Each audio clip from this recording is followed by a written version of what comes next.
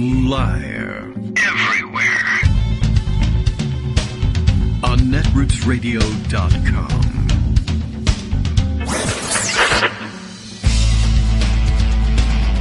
David Waldman. Kagro. In the morning. Now, here's David Waldman.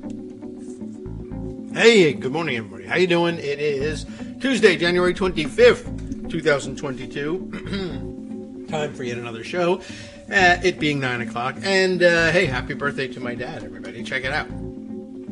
You can, well, not do anything via the show, basically, but okay. At any rate, I thought I would mark the occasion and let him know. And he already knew, I think, probably. He keeps track of such things. So hectic the morning today. No production staff on hand today. Another one of those fun experiments in trying to get people to go back into the office. And just down to about once a week now at this point, so not too bad. But it also means hustling kids out the door, well, one anyway, to school this morning without the assistance of the background production crew, which is a little hectic, but managed to make the bus. It only meant that there was like no time to do anything else this morning. Like, I don't know, read a couple articles or eat something, or barely managed to get the water into the cup and down next to me for today's program. But okay, we can take a break during the last segment if Joan McCarter is free today and can stop by, and then we'll hydrate then. That will be the plan. In the meantime, lots to catch up on, of course. And many other school districts around the country effing around and finding out. And people are at home perhaps with their own production crews these days as school systems particularly where they just came off of raucous school board meetings where protesters insisted that there had to be a return to school where the kids were maskless. And, days or occasionally weeks later, they are closing the schools regardless because everybody is out sick. Just happened to, see another such report crossing the Twitter transom today. It's happening, of course, at dozens of school systems around the country. This one just happened to make it on my screen, but down in Texas, where nothing bad ever happens because the governor totally knows exactly what he's doing.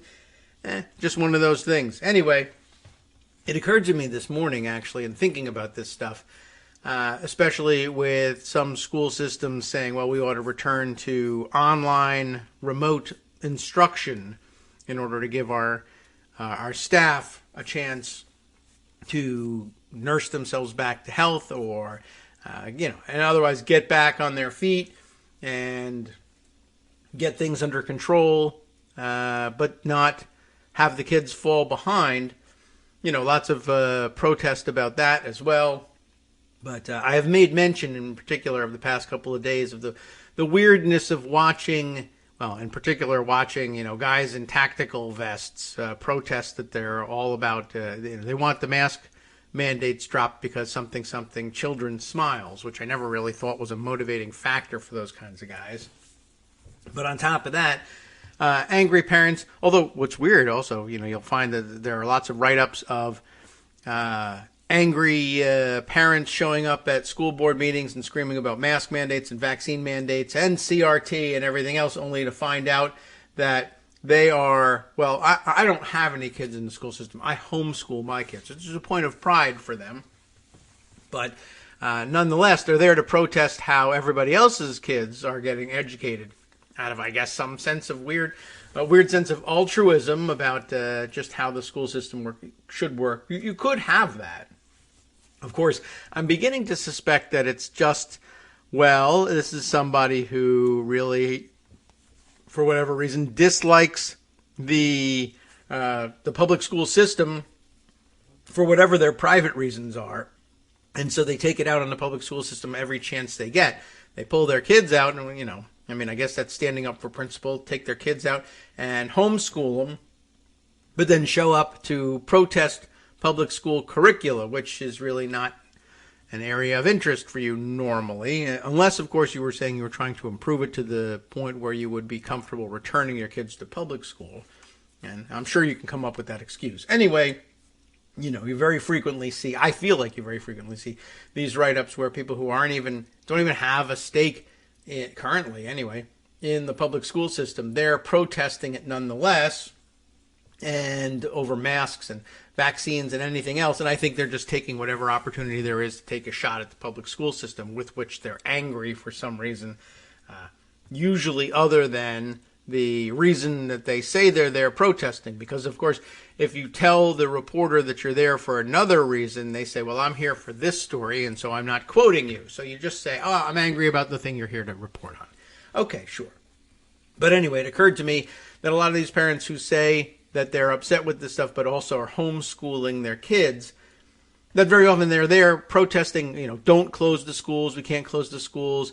The learning loss thing, the learning loss is real. Remote education, it just doesn't work, and kids need to be there with one another and to socialize with one another, and when they're there, they need to not have masks because you can't socialize unless you can see smiles, which isn't really a true thing, but whatever. They go on at great length about all of this and the learning loss in particular, the detrimental effects of this remote schooling. And then you ask them about their own kids, and then they say they're homeschooling. By the way, I don't know what percentage of people do this, but it turns out that at fairly high frequencies, like let's say, people who say that they're homeschooling their kids, it's not about, you might think, well, what an admirable thing to do, not only earning a living, and taking care of the home and taking care of the kids physically, but to dedicate yourself to teaching yourself a curriculum, familiarizing yourself with a curriculum, and the whole way through from kindergarten to 12th, if that's how long you homeschool, to familiarize yourself with a curriculum and faithfully impart it to your children day in and day out is quite an undertaking. It's real dedication. But as it turns out, that's very rarely the case in what's going on in homeschooling. And more likely the case is that they are signing up for a system, signing up for a program that they purchase online. Sometimes they purchase it with public funds. Some school systems work it out that way, that you're entitled to some amount of funds that they would otherwise have spent educating your children in the public schools, turned over to you, vouchers or whatever, and you use it to buy into one of these programs, which, by the way, very often delivers the instructional material over the internet, online. It's remote learning. And then they go to school board meetings and protest the idea of remote learning for everybody else. It's terrible for the kids and learning loss and mental health issues. But your kids are homeschooled over the internet. They don't socialize with other kids, and they're instructed over the internet remotely. Yeah, well, I didn't mean my kids. My kids are perfect. Your kids are mentally unstable now and have learning loss. But my kids are geniuses. I'm just sort of curious about that. Back in the day, cyber schooling was like innovative genius for the conservatives. Everybody had Rick Santorum did it with his own kids, by the way. You remember this story? You recall, probably, if you've been listening since forever, you would remember the stories about Rick Santorum living in Virginia, because he was a senator. I mean, there's nothing unusual about that.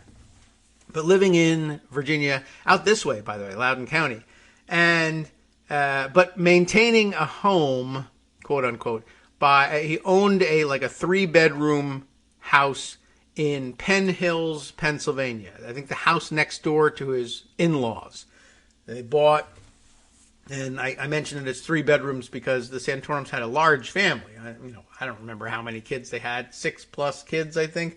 Not outrageous, not like television reality show size family, or normal large size family, but that would never fit in a 3-bedroom home. But they maintained that house so that they could claim residency in Penn Hills, or more importantly, that they could claim residency and claim that the local school boards were responsible for giving them the money they needed to homeschool their kids. They didn't send their kids to the schools here in Virginia. which are awesome, except as far as Youngkin is going to screw them up. But they turned back to the Penn Hills School District and said, our kids are registered for school at the address that they don't live at Penn Hills.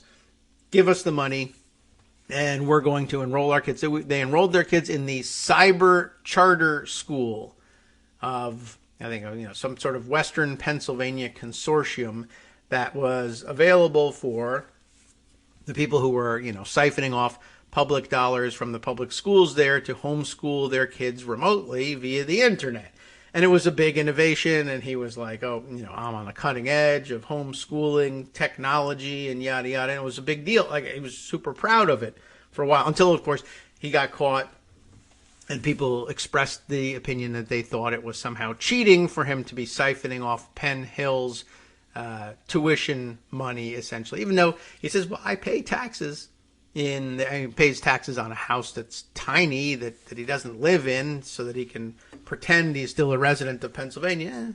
But okay, whatever. I mean, it was weird. It wasn't the biggest scandal in the world, but now I wonder whether, I haven't heard from Rick Santorum for a while, and that's a blessing, but I wonder whether he's been out there talking about school closures and how damaging it is and how kids need to be in school and yada yada, having homeschooled his kids over the computer.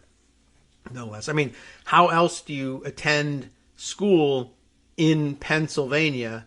Because that's one of the things that they said, well, we can send you the money for you to use for remote schooling, but ordinarily we do that so long as you're living in Pennsylvania and you're living in Virginia. And they had a fight over that. And, Santorum saying, well, I own a house in Pennsylvania. I live there. I'm just away from it for now, you see, for forever. And my kids have never lived there. But couldn't you give me the money? And because he was a prominent guy, I guess they felt like they ended up feeling like they had to give him money. And he did it. But, there's no other way to do it, even inside Pennsylvania. I mean, if the school is based in the Pittsburgh area and you're not there, but you're entitled to use public money to sign up for it, they're going to have to deliver it to you remotely. I didn't remember Rick Santorum complaining that his kids were suffering from learning losses or lack of socialization or mental health issues as a result of having to take their schooling over a computer. That was, in fact, innovative and awesome. Whereas when your kids have to do it because COVID, it's horrible and no one should ever be subjected to it. But you should all go back to school in person without masks, catching COVID like wildfire, or COVID catching like wildfire, I guess as I should say. You don't have to catch it like wildfire. That doesn't have anything. You're catching it doesn't have anything to do with fire whatsoever. But anyway, all your kids should go back. My kids, though, should stay home and learn exactly the way I said was terribly detrimental to the rest of you. Just leave it to me. All right.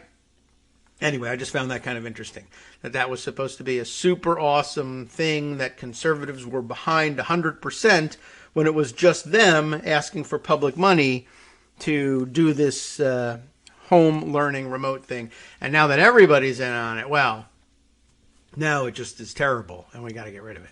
So that's where we stand today on the Kagro in the Morning radio show, which is live now. I could have told you that 20 minutes ago. Well, then it wouldn't have been true. But 15 minutes ago, it certainly could have been true. Bill knew it was true when he wrote it, and let's see what else we have on the schedule for today. Today, Kagro X, me, will try to empathize with what Republicans are going through by stepping into their shoes and invoking the Fifth Amendment 500 times. Yes, thank you for reminding me.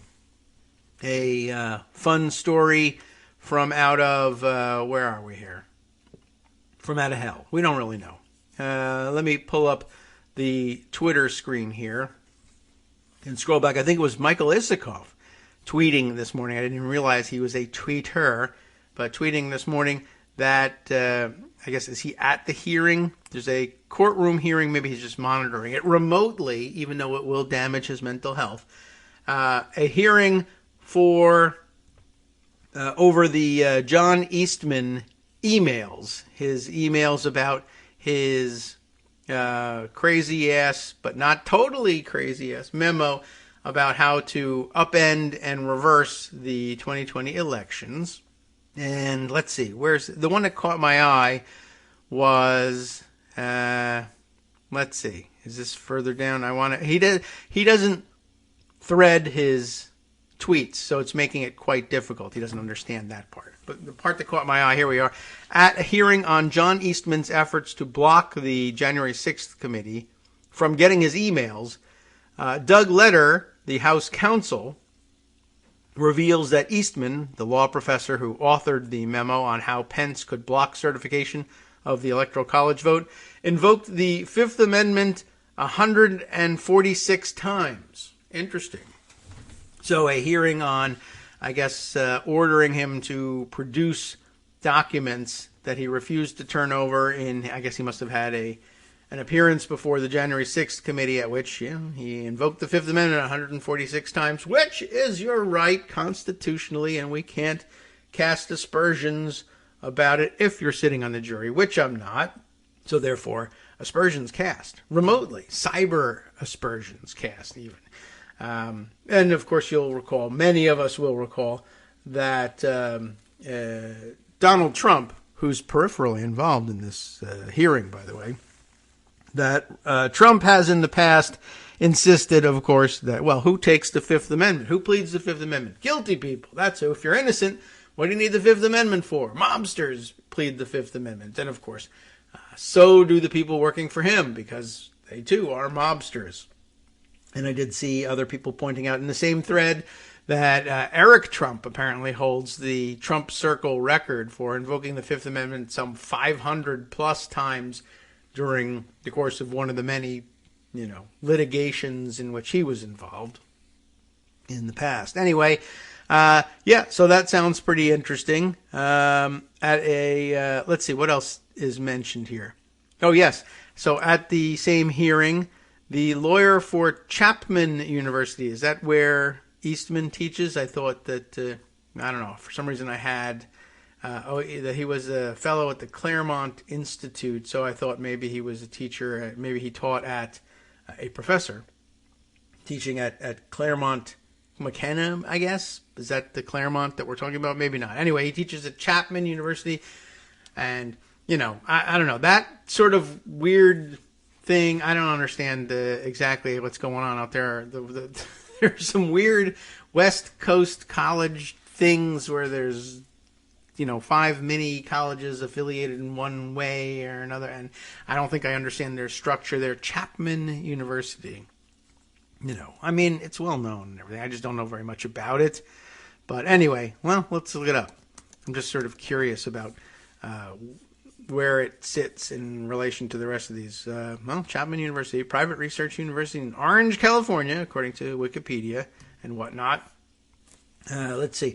Yeah, there we are. It encompasses 10 schools and colleges, including the Fowler School of Engineering. I mean, lots of schools have that, but it's I don't know. For some reason, I guess that's more prominent and a bigger part of the structure of the college, as opposed to just naming your department, the something school of whatever, because somebody gave you a giant donation. Okay, well, at any rate, someone who knows more about them and their structure can discuss that with you. I know nothing about it. The point, really, is that Chapman University has apparently sent their lawyer to the hearing, and the university actually supports the January 6th committee's subpoena, asking them to turn over some 19,000 emails on its server relating to the professor's representation of Trump, saying that any use of the university's server for that purpose was improper, unauthorized, and I liken it to contraband. Interesting. That's an interesting way of thinking of it. He shouldn't be using university resources to do this political work, and so they have no interest in protecting those emails, and Chapman was just, or not Chapman, but Eastman just foolish not to realize that he was using a email communication system that was not entirely within his control. It's almost as if he should have set up a private server for these things, but he didn't. And you know how that goes. You could get locked up for doing that. On the other hand, you could also get locked up for doing what he's doing. So maybe it all comes out in the wash in the end. At any rate, sounds like an interesting hearing, something to keep an eye on. Not that we can, but we also have a couple other items to catch up on, including this fun bit of information here in Virginia, where Glenn Youngkin continues to paint his face orange in the morning and insist he's not Trumpy. We've got two different approaches to disproving his assertion that he's somehow not very Trumpy. The one making the biggest circulation, or achieving the biggest circulation on Twitter this morning, everybody passing around the tweet of Rachel Cohen, writer for The Intercept, among others, who, quoting from a Washington Post article this morning under the title of Youngkin Urges Calm on his call for a ban on mask mandates, but also stokes division. Okay, well, at least there's both sides in the headline. Anyway, the grab here is about a particular initiative that I guess Youngkin is promoting, and there's a screen cap and Rachel Cohen's retyping of the key quote here. Youngkin also touted a tip line for parents to report to the state any school officials they find to be behaving objectionably, including teaching, quote, divisive subjects. Divisive or divisive, depending on your I guess it's that. Well, that's divisive in itself. Having an argument over the pronunciation. You're all fired. Yeah, and the screen grab here says, it's a quote that says, we're asking for folks, and it's okay to be doing this and disrupting people's livelihoods because you disagree with what they're teaching. Or maybe you don't even do that. Maybe it's just a kid who didn't like the grade he got or doesn't want to take the test that day. My teacher's teaching CRT. It's terrible. You got to stop it. But this is math, of course. He's giving us word problems about racism. I don't know. Just fire him already. All right, I'll call the hotline.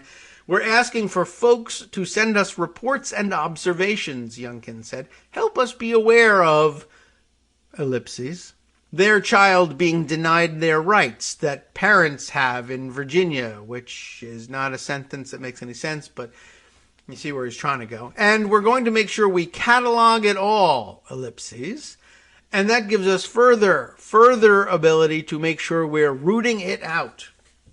Because after all, you were elected to police every classroom and fire everybody. And there was some discussion yesterday, I guess, of the same article in which they were talking about, I guess another of the ideas is that the people would be fired and they would be creating a blacklist, a do not hire list, so that you couldn't just move to another school district in Virginia.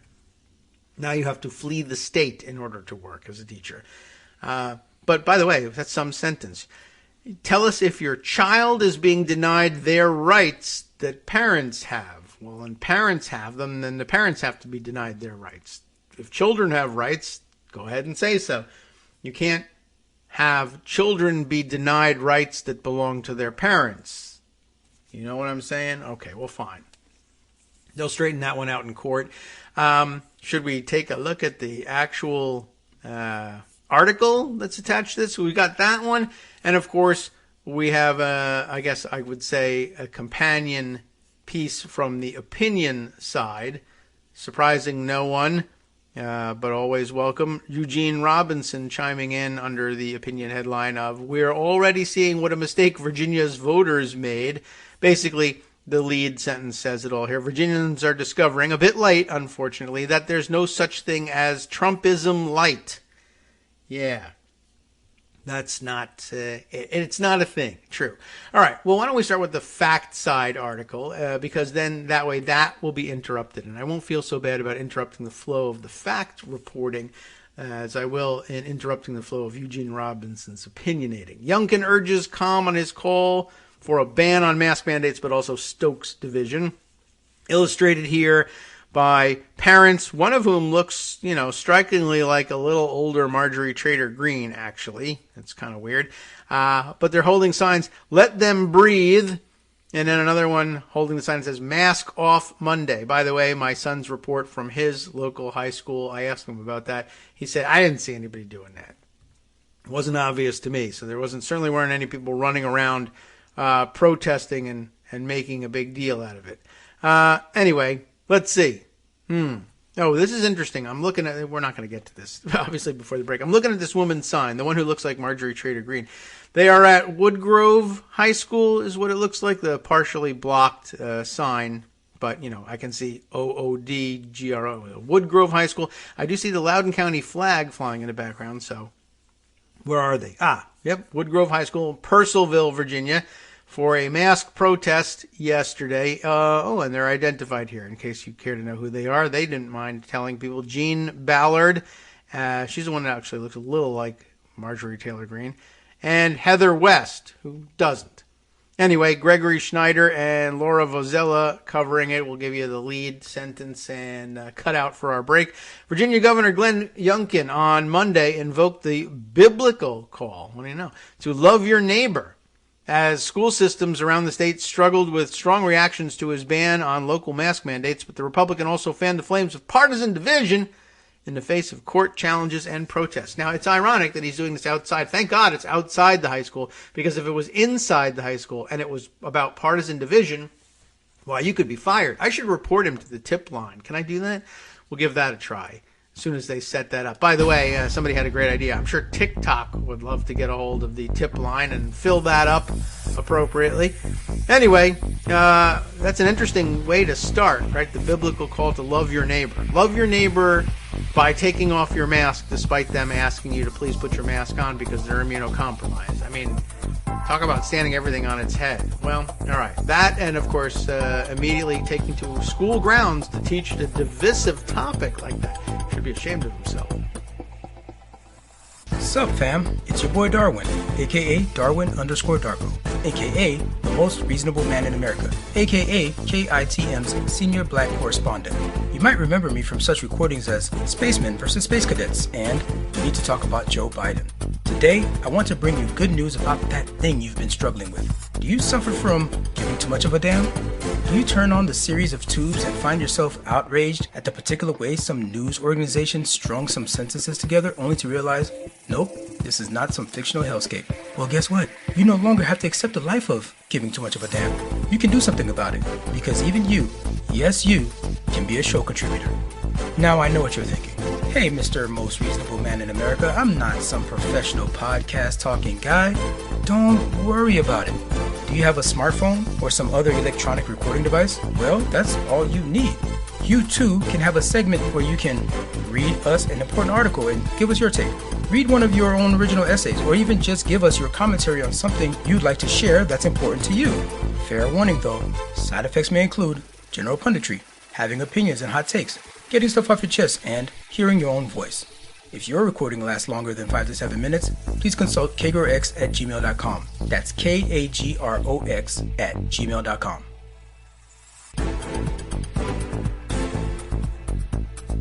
All right, welcome back now to the Kagro in the Morning Show here on Netroots Radio. Let's continue with the article that what do we read, like one sentence of, right? Youngkin urges calm for his call, on his call for a mask mandates, a ban on mask. I'm screwed this whole thing up. Anyway, Youngkin wants to get rid of the mask mandates, and is having a press conference outside of a school on a divisive topic, and it has brought out at least two protesters, one of whom looks a little bit like Marjorie Trader Green. By the way, she is holding a sign, as I said, that says, "Let them breathe." It's, a handmade sign, at least it's that, scrolled out in pen on a piece of poster board. She's holding it up in the morning sunlight, and you can see through it that she had written something else on the other side, and I kind of want to... I guess what the other side said was parents' rights, which is interesting because we were just talking about the weird confusion about who has these rights, children or parents. On one side it says parents' rights. On the other side it says let them breathe, which sounds like it's the right of the children she's actually concerned with. And everybody's concerned with the children. Anyway, It's breaking me up a little bit here. Anyway, she decided, though, for the picture, right, parents' rights, that seems a little selfish. Let me flip it over so that I can be photographed advocating for the children. So where were we? Right. Youngkin invoking the biblical call to love your neighbor by taking your mask off and not complying with your neighbor's wishes that you stay masked. And has this stupid press conference. School districts resisting his ban, quote, aren't recognizing the rights of parents today. And I'm sure that Jean then turned around her sign, the parents' rights side, and said, yeah.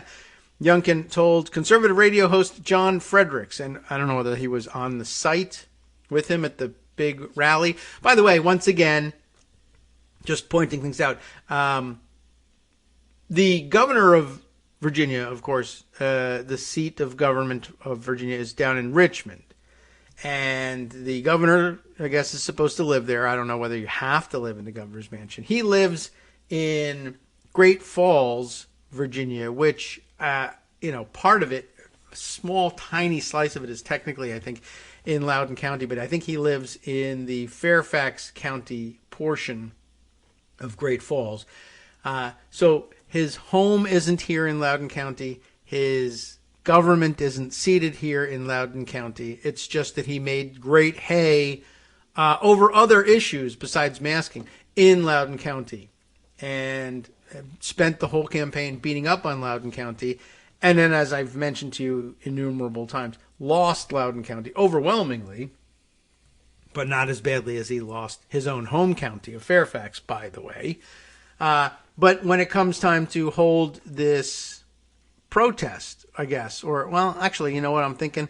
I better keep reading because it's not entirely clear that these women who are holding the signs are holding the signs at a Youngkin press conference or anything like that. It's just that they are outside of this school, but it's not clear that he is also there.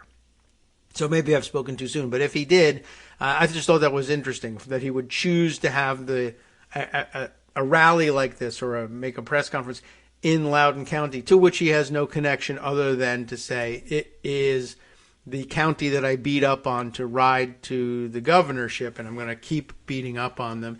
And so I was just reminding everybody that for Loudoun County to decide to go along with the group of other Northern Virginia counties that are resisting the repeal of the mask mandates and going to court over it is kind of a brave thing. The school board members have been directly targeted, and as I mentioned the other day, there's at least one executive order entirely targeted at them and aiming at bringing down some sort of criminal punishment, perhaps, on the members of the Loudoun County School Board and administration who continue to defy him. At any rate, he's telling here a radio host, I don't know whether it's in the studio or at a rally or where the rally is, even if it is at a rally, telling him that they're not recognizing the rights of parents today, even though the parents voted overwhelmingly to reject him and probably would vote overwhelmingly to keep a mask mandate in place. But somehow they're not listening to parents. So I'm not surprised at all to hear these reactions from school boards that have consistently prioritized bureaucrats and politicians over the rights of parents. His comments dismissed the concerns of some of the biggest school systems in the state, a group of which have challenged Youngkin's ban before the Supreme Court of Virginia.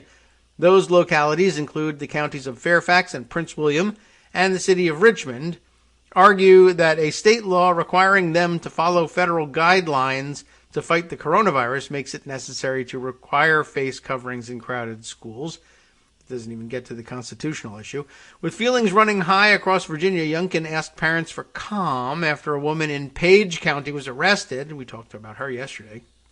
Arrested and charged with making a threat against school officials there if they persisted in requiring masks. I don't know what the outcome of that vote was, by the way. And it doesn't say here either. But Youngkin, who took office promising to govern, quote, for all Virginians, has otherwise struck an increasingly partisan tone. No, you don't say. Public sentiment toward mask mandates is moving against the left liberals, he said Monday to Fredericks, who was Donald Trump's Virginia presidential campaign chair in 2016 and 2020, by the way, in case you didn't know who this radio host was. I certainly didn't. In the interview, Youngkin also touted a tip line for parents to report to the state any school officials they find to be behaving objectionably, including teaching divisive/divisive subjects. Youngkin has issued an executive order and is backing legislation that seeks to ban concepts such as critical race theory, an academic construct about the history of systemic racism. We're asking for folks, remember this, to send us reports and observations, help us be aware of their child being denied their rights that parents have in Virginia. And we're going to make sure we catalog it all, and it gives us further ability, in fact, to make sure we're rooting it out. Youngkin told Fredericks that 25 of Virginia's 130 school districts have challenged his ban on mask mandates. According to a Washington Post tally, though, 58 of the state's districts have either filed suit or pledged to keep a mask mandate in place. So that's a larger number. Let's see, 130, so 50, 65 would be half. Is that right? 50, half of 130, 15. Yeah, so 65 would be half. 58 is, pretty close, reasonably close to half the state's districts. And I am sure that they represent more than half of the state's students, as they are the most, among them are the most populous counties in the state. But anyway, Youngkin's office conceded that its figure of 25, based on news reports and not a survey of all districts, was probably low. So at least he did that, as opposed to being entirely Trumpy and saying, no, you're the one that's wrong. Youngkin urged parents who oppose masks to have patience while the legal battle plays out. What I'm telling parents today is trust the legal process. Love your neighbor. It's not the worst.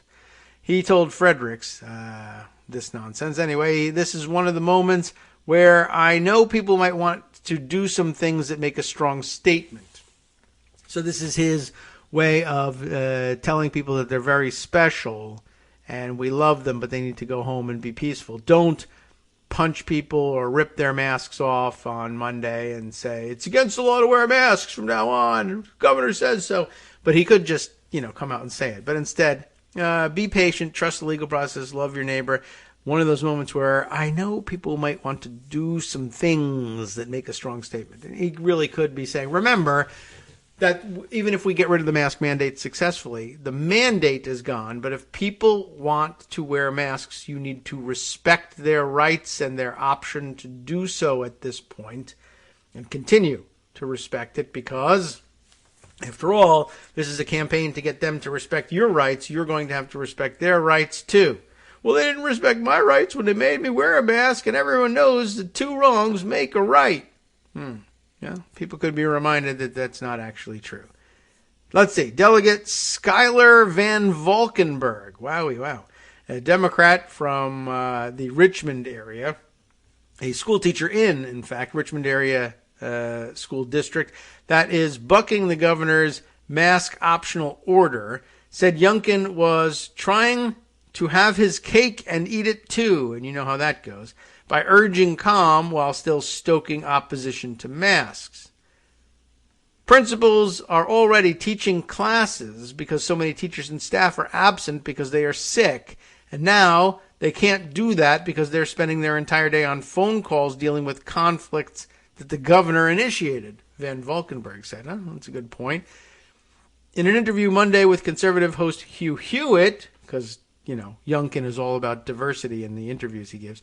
Youngkin said that he has been consulting with other Republican governors as he gets his administration underway. Hewitt mentioned Ron DeSantis of Florida. What a great model.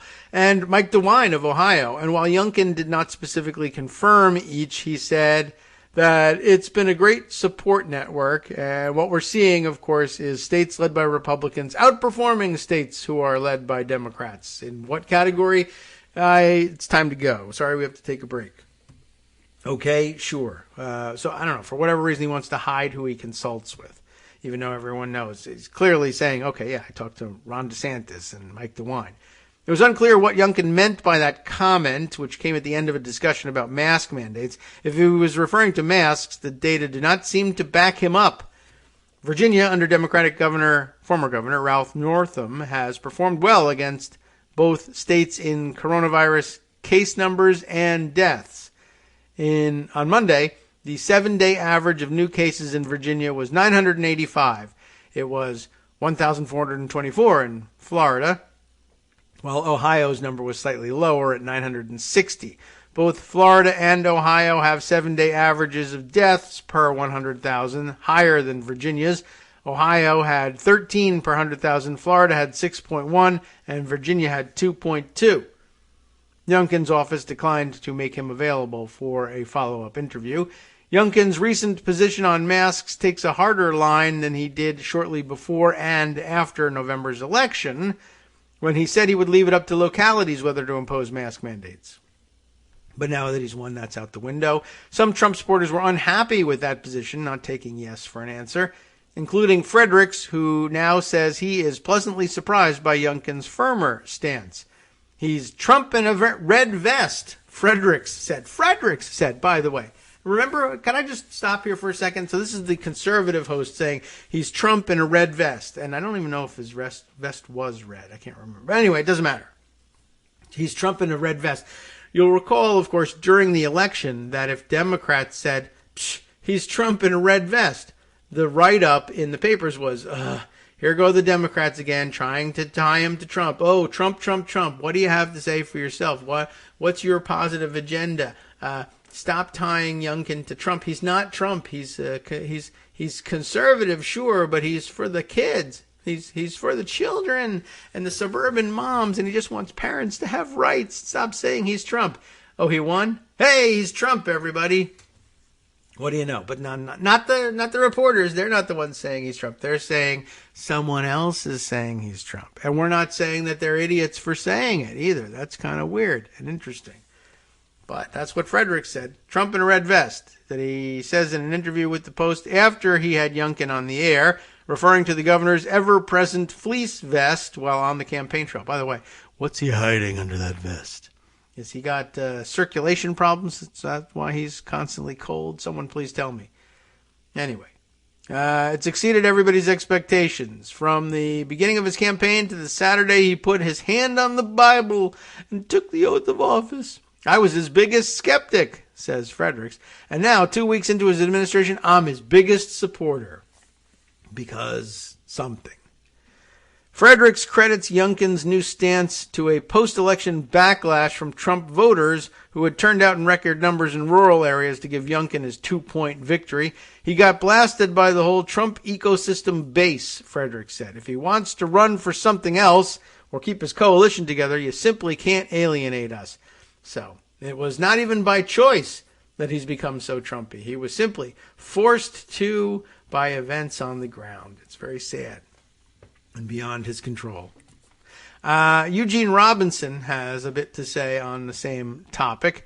Virginians are discovering a bit late, unfortunately, that there's no such thing as Trumpism light. He's just regular Trump, you see. When voters elected Republican Glenn Youngkin as governor, Winsome Earl Sears as lieutenant governor, and Jason S. Miyares, I don't even know how he pronounces his name, and he's the attorney general, many doubtless thought they were following a pattern that had served the state well. The year after one of our major parties wins the White House, they almost always put the other party in power in Richmond. Arguably, that worked to produce balance and moderation until Donald Trump transformed the GOP from a political party into a cult. Already, we're seeing what a mistake Virginia voters have made. This week, we learned that Miyares, I guess I'll have to learn how he pronounces his name and see if we're right or not, has fired the University of Virginia's counsel, Timothy Heaphy, maybe, Heaphy. I didn't learn how to pronounce his name yesterday. Supposedly because he does not share the new Attorney General's philosophy and legal approach. My strong suspicion is that Heaphy's firing has more to do with the fact that he is presently on leave from his university position, serving as chief investigative counsel for the House Select Committee, probing the January 6th Capitol insurrection. And by the way, it was easily solved within a comment from the Attorney General. He could have said, yes, I actually did fire him because of that, but not because I am angry about his political stance in investigating the January 6th insurrection, But I think that's great.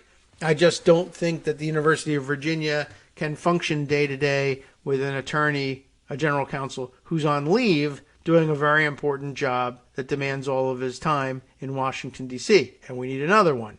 And you can't really be on leave from this job. You need to be here full time.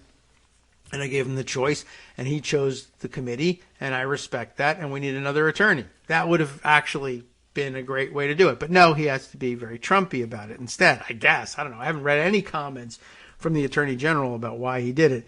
Just these articles reporting it and people speculating as to why he did it. But, you know, the Attorney General can't get himself quoted in one of these articles.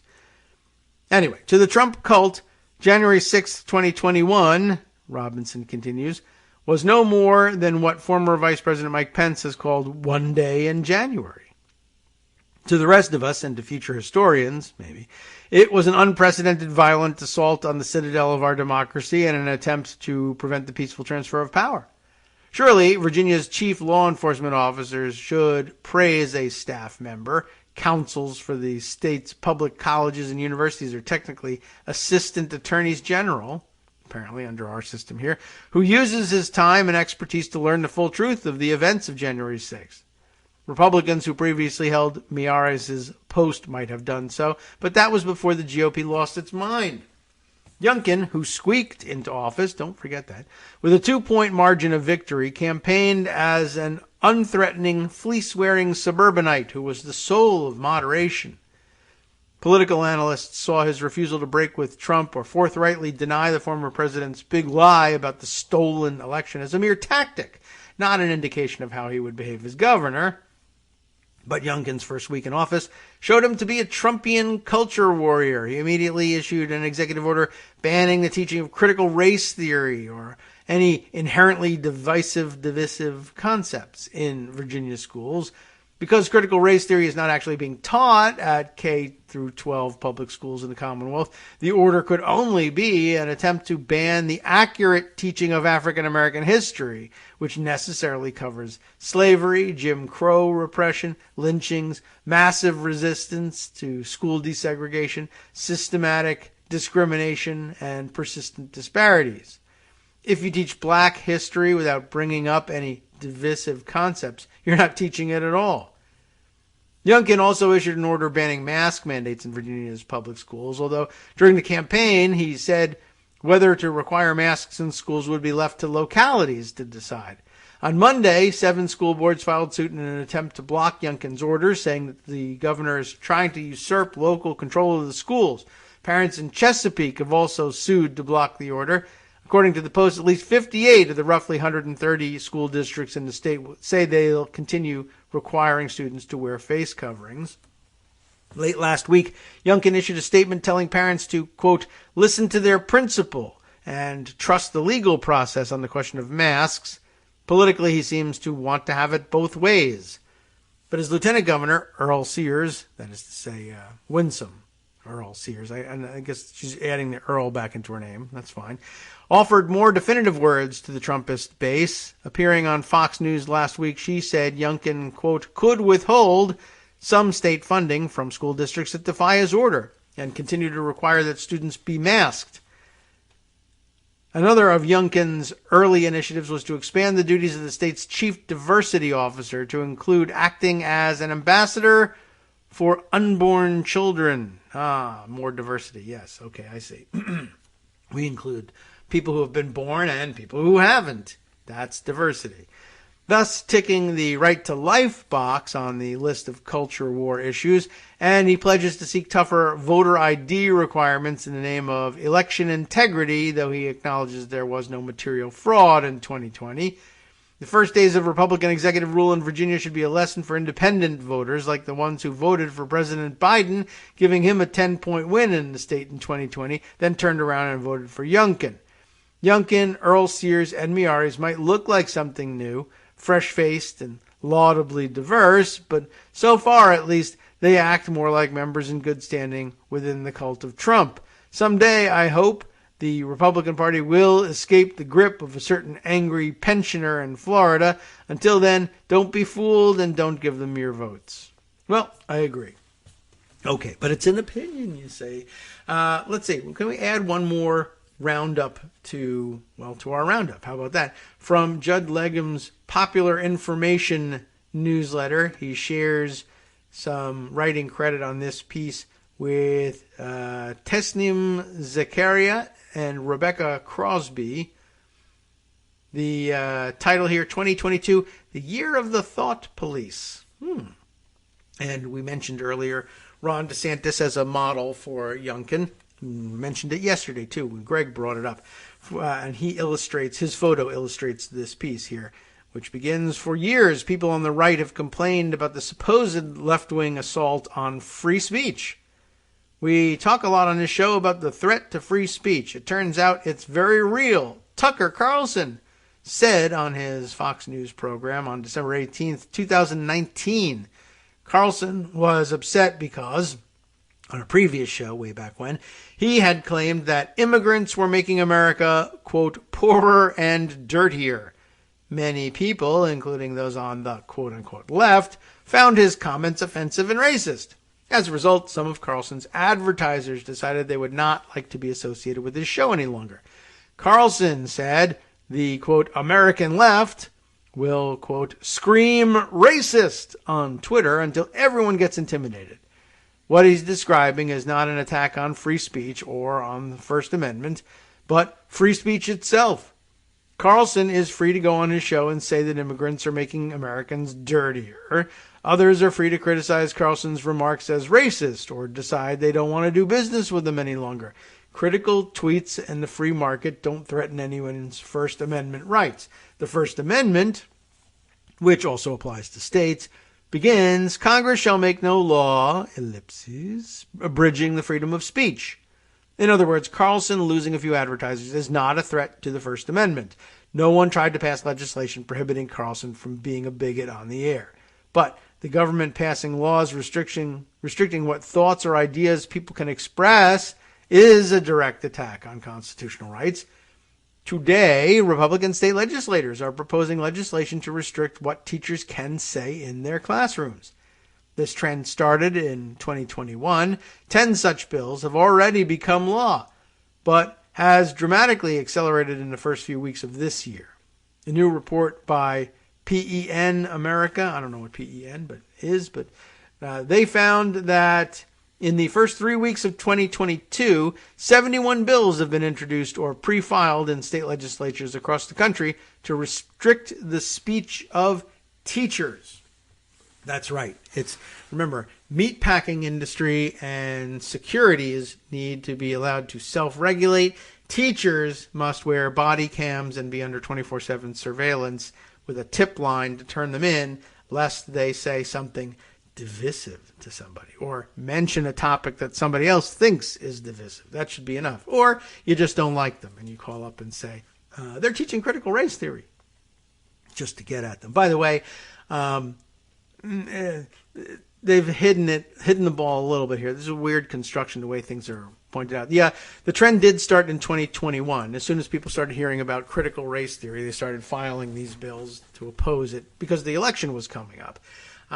But there's been an increase in the number of bills being introduced because now state legislatures are back in session again following the elections. So they've had the opportunity to introduce those bills. It's not so much that there's been an explosion of interest as between then and now as an explosion of opportunity to capitalize on the explosion of interest that began in 2021. So anyway, they continue here. These bills were put together hastily, and it shows. You know where he's going with this one. In Virginia, a Republican legislator introduced a bill requiring schools to ensure students understand, quote, the first debate between Abraham Lincoln and Frederick Douglass. Lincoln actually debated Stephen Douglas, a very different person. Other bills contain contradictory language or leave important terms undefined. Nevertheless, 55% include some kind of mandatory punishment for violators. Although I will say they've been listening to the show, they've realized that the time is long past for when you can introduce legislation and just say the embarrassment of being caught out violating statute will be enough of a enforcement mechanism for us in the 1960s era liberal vein. But Republicans know they need to put punishment clauses in their legislation in order to give them teeth. Can't blame them for that, even though we don't like the areas in which they're legislating. All right, let's see. Moving on. This is about putting the fear of God into teachers and administrators. Jeffrey Sachs, the author of the PEN America report, told columnist Greg Sargent, teachers are going to avoid discussing certain topics altogether, topics related to race, sex, and American history that as a society we might want to discuss.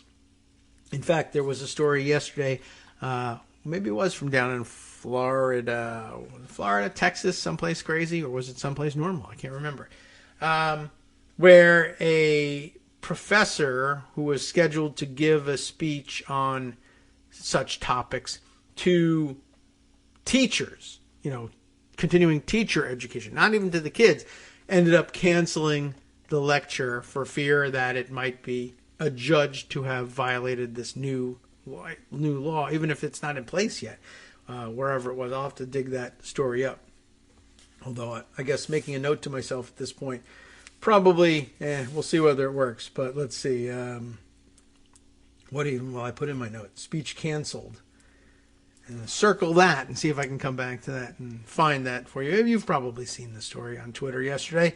A particularly aggressive government effort to limit speech is underway in Florida. Oh, good. Maybe this will save me from having to research it. Led by Governor Ron DeSantis, of course. A bill championed by DeSantis prohibits any school or private business from engaging in instruction or training that makes anyone, quote, feel discomfort, guilt, anguish, or any other form of psychological distress on account of their race. How are you going to prove that? If you can't prove Trump's state of mind during the insurrection, I don't know if you can adequately prove whatever the hell it is they're looking for in this statute. All right, let's see. Critics say the focus on white guilt precludes any candid discussion of American history. This isn't even a ban on critical race theory. This is a ban on black history. State Senator Chevron Jones, a Democrat, said. They are talking about not wanting white people to feel uncomfortable. Let's talk about being uncomfortable. My ancestors were uncomfortable when they were stripped away from their children. Well, sure. I only wish that would have some impact with these uncomfortable white people. All right, welcome back now to the Kagro in the Morning Show here on Netroots Radio. Let's continue reading this entry from Judd Legum's Popular Information, rounding up the year of suppression of free speech that's going on here. Right, of course, we were right in the middle of State Senator Chevron Jones's objection to the Florida law, saying, they were talking about not wanting white people to feel uncomfortable. Let's talk about being uncomfortable. My ancestors were uncomfortable when they were stripped away from their children. To wit, the bill explicitly requires teachers to lie to students. It requires teachers to define American history as the creation of a new nation based largely on the universal principles stated in the Declaration of Independence. At America's founding, of course, the principles stated in the Declaration of Independence were not universal. Black people, women, and other groups had few rights. The Florida bill is a radical attack on free speech in schools and the private sector, but that hasn't stopped it from moving rapidly through the Republican-controlled legislature. Last week, just 7 days after the bill was filed, it was approved by the Senate Education Committee. Dozens of similar bills are on the march in state legislatures across the nation.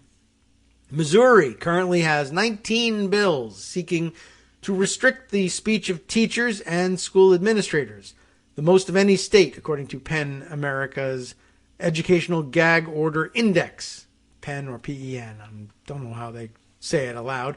So far, the bills that have gained the most traction are HB 1474 and 1995, two bills that call for the creation of a Parents' Bill of Rights. In HB 1474, sponsored by Representative Nick Schroer, S-C-H-R-O-E-R, it prohibits any curriculum implementing critical race theory. The bill misleadingly defines critical race theory as anything that, quote, identifies, ellipsis, groups of people, entities, or institutions in the United States as inherently, immutably, or systemically sexist, racist, biased, privileged, or oppressed. This definition is incorrect and illustrates how sloppily some of these types of bills are often written. As PEN America points out, this feature is becoming increasingly common to 2022's bills, and that's probably because they're passing them around and copying them off one another, a la ALEC. Schroer's bill also bans the use of the 1619 Project, the Southern Poverty Law Center's Learning for Justice curriculum, and other equity-focused programs.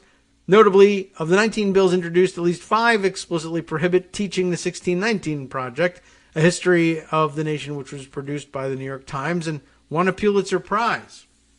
HB 1995 takes it a step further. Under that bill, parents can request a 2-week notice whenever a teacher plans to discuss a divisive or controversial topic that may conflict with a parent's belief that all persons, regardless of race, ethnicity, color, national origin, or ancestry, should be treated equally. I'm sure that's their belief. Parents will also have the ability to sue schools and can be awarded up to $5,000 if they win. Additionally, schools found in violation of the bill will be forced to pay a fine. 80% of this fine will go towards a fund that provides tuition assistance for students to attend private schools. Not unlike the bill here in Virginia, focusing on a way to siphon off funding for people to use to go to private school.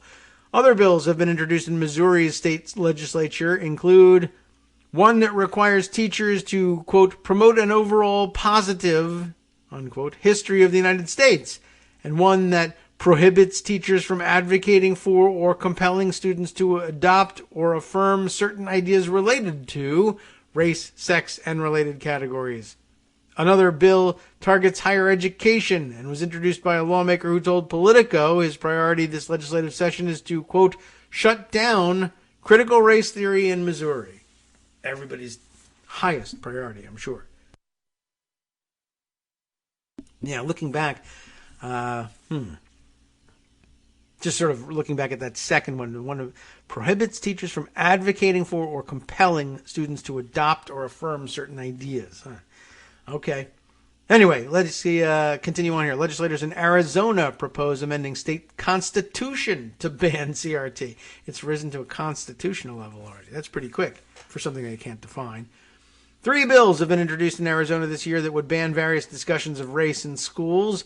One of the bills, HCR 2001, otherwise known as the Stop Critical Race Theory and Racial Discrimination in Schools and Other Public Institutions Act, would amend the Constitution of Arizona to prohibit teachers and other school employees, don't let the janitors do it, from compelling or requiring any employee or student to adopt, affirm, endorse, adhere to, or profess to certain ideas about race. You can't profess that, kids. Stop doing it. The bill specifically bans instruction that could make students, quote, feel discomfort, guilt, anguish, or any other form of psychological distress because of the individual's race, ethnicity, or sex.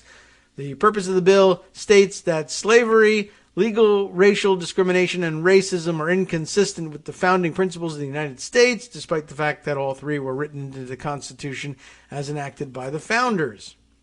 The bill states that racially discriminatory ideologies and practices, such as that known as critical race theory, directly contradict the principles of the 14th Amendment to the Constitution, the United States Constitution. What do you know? The 14th Amendment, however, requires equal treatment under the law. It doesn't ban ideologies or prohibit people from discussing racism and its root causes. Another bill introduced in Arizona, HB 2112, for you Rush fans out there, prohibits teachers from engaging in any instruction that presents any form of blame or judgment on the basis of race, ethnicity, or sex.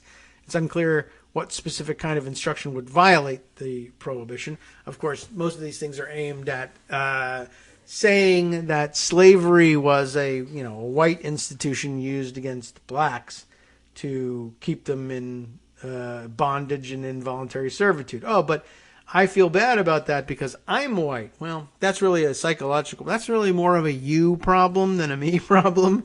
You have a psychological issue with this. And, you need to take it up with the therapist, not fire the teacher.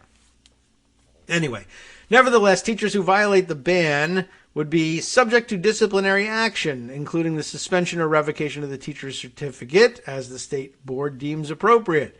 Violations would also allow the state attorney general to initiate a suit in the Superior Court, along with a civil penalty not to exceed $5,000 per school district, charter school, or state agency where the violation occurs. It's quite a roundup, and it only samples from a few states. So, you get a real flavor for what's going on there. And, there's worse in other places, if you can believe it. One of them's Idaho, if you can believe that. I have something here from Politico that maybe would make a good setup. I don't know. Maybe I'll read it now, because I don't know that Joan is really going to want to spend, she might not want to spend any time on it whatsoever. It might just be annoying and embarrassing or whatever, but she may want to touch on it, but probably not want to give you the whole full background. But I could take care of that. And then we can leave the segment free for discussion of all of the rest of the fun things that she would like to bring to our attention. What about it? Well, at least we'll read a little bit of it here. Why not? And I'll add that there's even more going on in Idaho than what Politico rounds up. Here's another thing, by the way, just by way of transition between the topics of the schools and COVID and the schools and CRT and expansion of, Trump cultism syndrome throughout the states. One more segue piece here.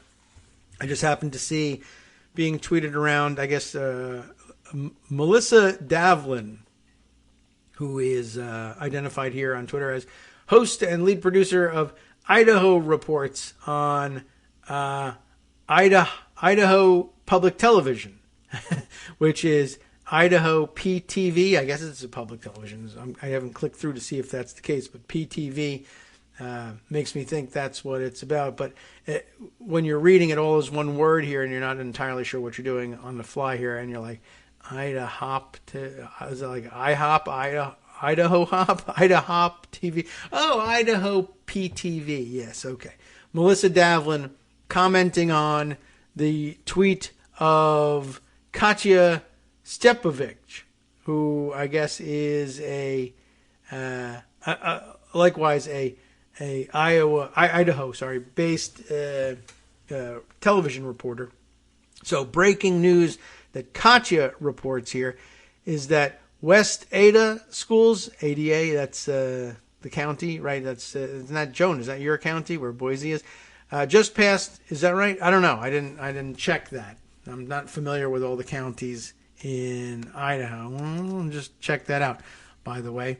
But I do think it was mentioned in the story that it was one of the larger school districts in the state. Is that right? Ada County is located in the southwestern part of Idaho. Yeah, okay. And the county seat and largest city is Boise. Yeah, all right. We remembered it correctly.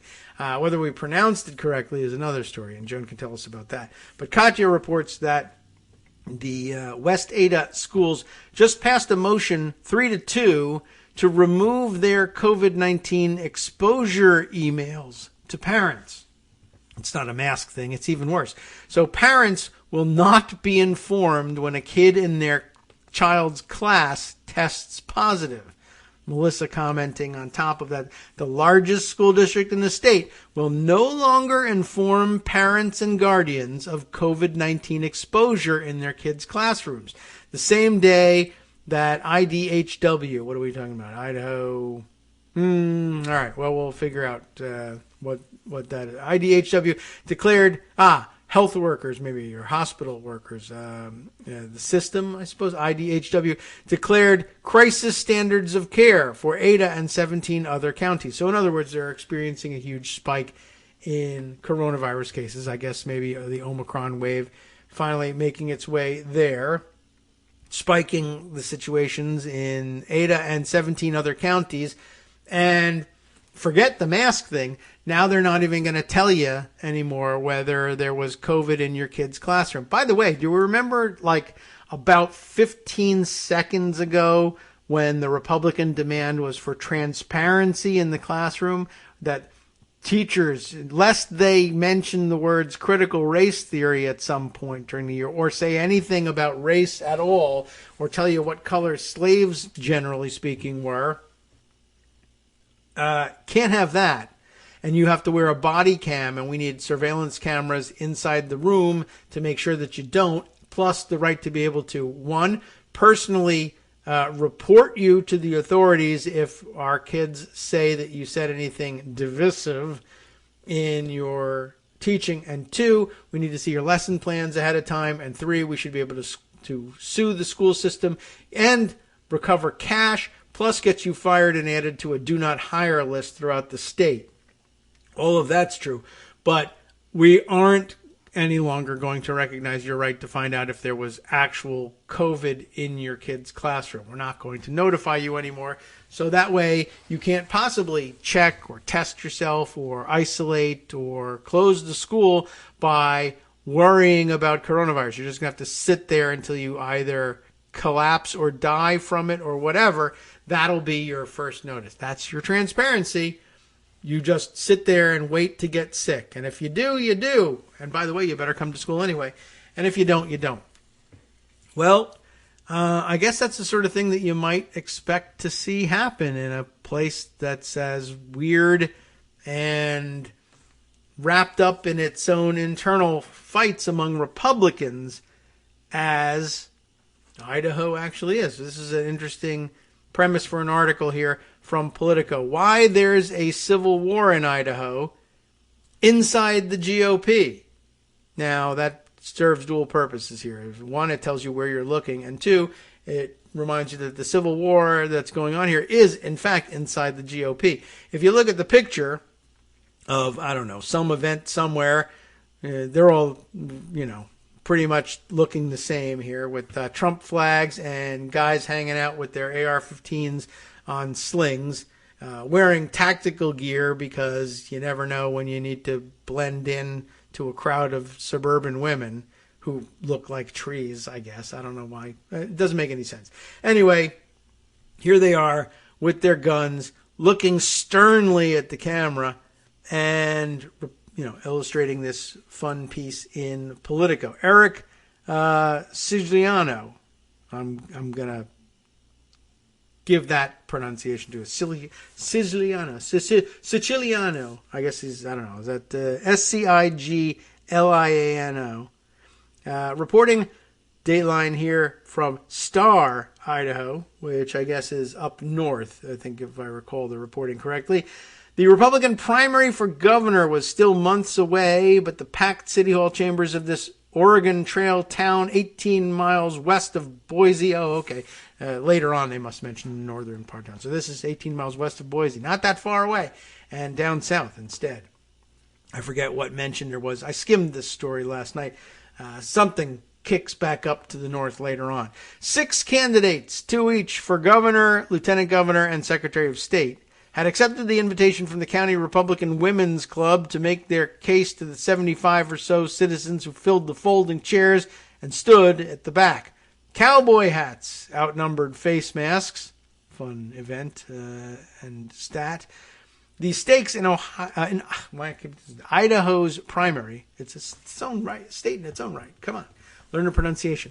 The stakes in Idaho's primary next May are high. Many of the people there are probably high as well. If it's anything like every other statewide primary in nearly 2 decades, the Republican ballot will effectively decide the general election here in what the previous governor, Butch Otter, dubbed the reddest of the red states. The candidates sitting at the mics tussled over traditional Republican issues in some predictable ways, but they also spoke of dire challenges that might seem out of place in rural Idaho. We're losing our freedom, to foreign governments and foreign corporations, said one dark horse gubernatorial contender, a cowboy-hatted county commissioner from the state's remote northern, there we are, panhandle. That's what I must have been thinking of. As evidence, he cited the $1.4 billion in pandemic assistance that Idaho had received from that, quote, foreign power, the U.S. government, as part of the CARES Act. That's an interesting way of looking at it. Another first-time candidate for governor urged a moratorium on resettling Afghan refugees in Idaho because, quote, it's the United Nations that's driving refugee settlement, not the United States. I don't know how many they're getting, but it can't be all of them, basically. Anyway, that's upsetting to them, apparently. As the forum progressed, the candidates directed their resentment and scorn not just at Democratic adversaries, or adversaries if you prefer, but at threats within the party. In particular, what? Everything shifted because a pop-up ad. Another one of these things. Politico does this, remember? In particular, at their threats within the party, right? Aiming resentment and scorn at the sitting Republican governor, Brad Little. Although Republicans dominate the state, these party stalwarts, sounded strangely embattled and uneasy. All right, back on track here. The fault lines became evident soon. A former ER nurse named Mary Souza from the northern, there we are again, city of Coeur d'Alene, who was running for Secretary of State, inveighed against a threat that might seem nearly as distant as the United Nations, election fraud, of course. I see what they mean distant, but they all think it's lurking right around every corner, of course. Then President Donald Trump won almost 64% of Idaho's votes in 2020, 5 points more than in 2016, and took all but 3 small counties. Nevertheless, Souza called election integrity, whatever that might be, the greatest challenge facing the state. She and many other Idahoans believe, or seem to believe, that Trump should have won more. Raise your hand if you think the last election was fair and clean, she called out. Only 5 or 6 hands rose. But at least some did. Anyway, Chad Hoke, H-O-U-C-K. We'll see what he's Hoke. Her opponent and the current Secretary's chief deputy tried to set the record straight on the last election. He recounted how his office had hand-counted ballots for 3 counties and found vanishingly small discrepancies. Just 1 vote in one of the counties. That's pretty vanishingly small. That's next to 0. That's as close as you can get to 0 without being 0. The real problem facing the GOP in Idaho, said Hoke, is divisiveness. Well, he may have said divisiveness. Let's fight about that. Hoke quit the race a few weeks later, by the way, opening up space for another mainstream candidate, but he delivered a warning in Star that still echoes in the March to the May primary. The Idaho Republican Party is injured and kicking itself while it's down. We've got a lot to do if we want to pull the Republican Party together and keep Idaho from shifting into purple and blue, as other states have, he said. Really? I hope you don't succeed in that. That threat that ruby red Idaho could somehow turn purple may not be as far-fetched as it sounds. Remember, Joan is there. She could convince a lot of people. As recently as the mid-1990s, Democrats were still competitive in Idaho, even as many other western states, including Colorado, Nevada, and New Mexico, were more strongly Republican. Well, those 3 are now blue spots on the electoral map. That's an interesting point. I guess it's true. Tom Luna, Idaho's affable state Republican chair, notes 2 key similarities between those then-red states and today's Idaho. Each was a fast-growing state where Republicans were fighting with each other. Well, then keep it up, guys. Fast growth driven by in-migration is certainly at play in Idaho, one of the fastest-growing states in the country, according to census data. I didn't realize that. But so is intra-party fighting, as anti-government militants and self-proclaimed ideologically inflamed political refugees from the left coast collide with long dominant traditional conservatives and an ambitious lieutenant governor with a zest for pushing culture war buttons tries to unseat a pragmatic governor struggling to bridge the gap. We all heard about these two and their fights. Together, the growth and the fighting suggests the GOP in Idaho is both dominant and fragile. There's a civil war in the Idaho Republican Party, said Idaho Democratic Party Chair Fred Cornforth, who recently resigned due to a cancer diagnosis. There are really 3 or 4 parties under the uneasy Republican umbrella, he explained. There are the populists, the ones making the most noise, and the libertarians, moderates who've shifted right of center, meaning they aren't really moderates anymore, and Republicans who don't recognize their party anymore and will drift over to voting Dem. We're now at this point, see the story illustrated with a photo of Republican protesters gathered outside the National Interagency Fire Center in Boise ahead of Joe Biden's arrival last September, holding Trump flags and a sign that says, "Forced vaccines are medical rape," illustrated with a swastika formed from syringes. And then it says, "Joe Biden, we do not consent." So, level-headed dissent going on here. Chuck Malloy, a veteran Republican advisor turned columnist, streamlines that list. That is the 4 or 5 different Republican parties that Fred described here. I've been saying for a long time that Idaho is a 2-party state. I didn't even go with Iowa. I said Ohio. What a strange thing. It's the H-O at the end, I suppose.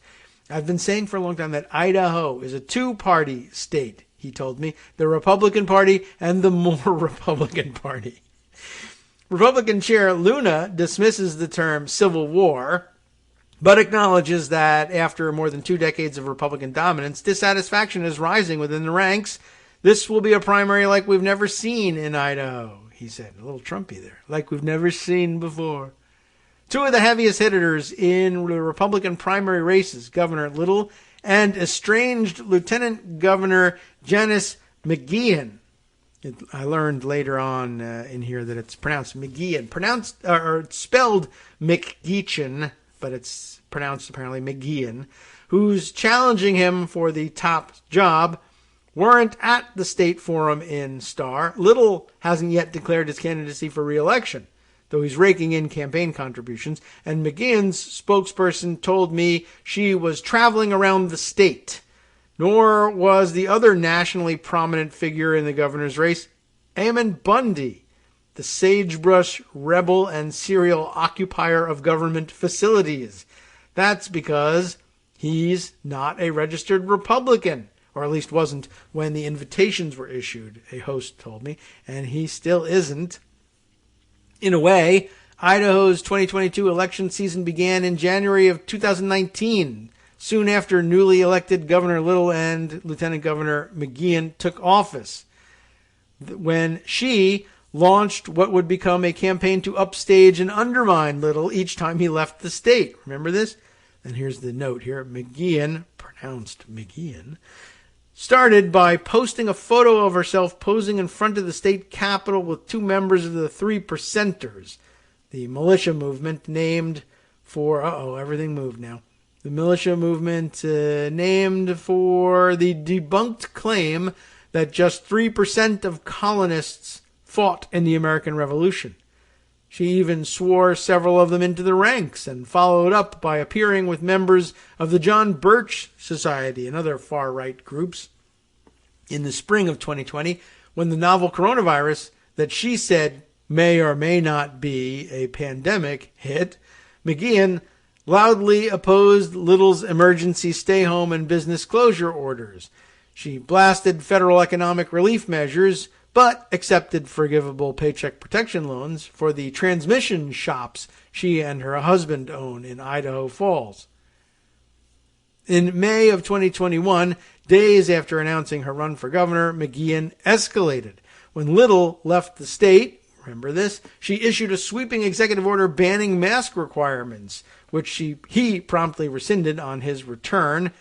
When he left overnight in early October to join other governors on a photo op tour of the Mexican border, McGeehan issued a new order banning mandatory vaccination and COVID testing and asked the Idaho National Guard about deploying troops to the border that Little was touring. When he left again in early November to attend a gala at Mar-a-Lago, Little did not even inform McGeehan. I was wondering when he was going to stop telling her that he was doing things like that. Seems like a dumb idea. Disputes between governors and their understudies aren't unheard of. In most states, including Idaho, governors and lieutenant governors run separately and can be from different parties. But Little and McGeehan, whom he supported in the 2018 primary, are both Republicans. So is everyone elected statewide post-2002, when a lonely Democrat won a single term as superintendent of public instruction. Republicans occupy 86 out of 105 legislative seats and compose the state's entire congressional delegation. You can learn more about Idaho, of course, next, as Joan comes in and expresses embarrassment.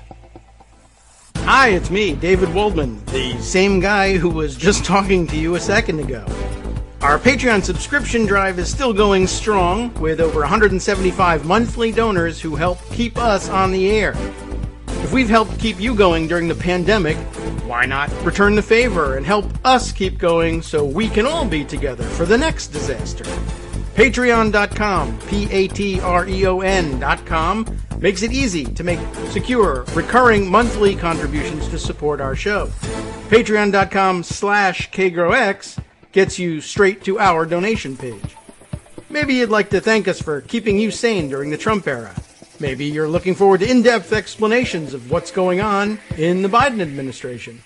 Whatever it is that keeps you listening, we need your help to keep bringing it to you.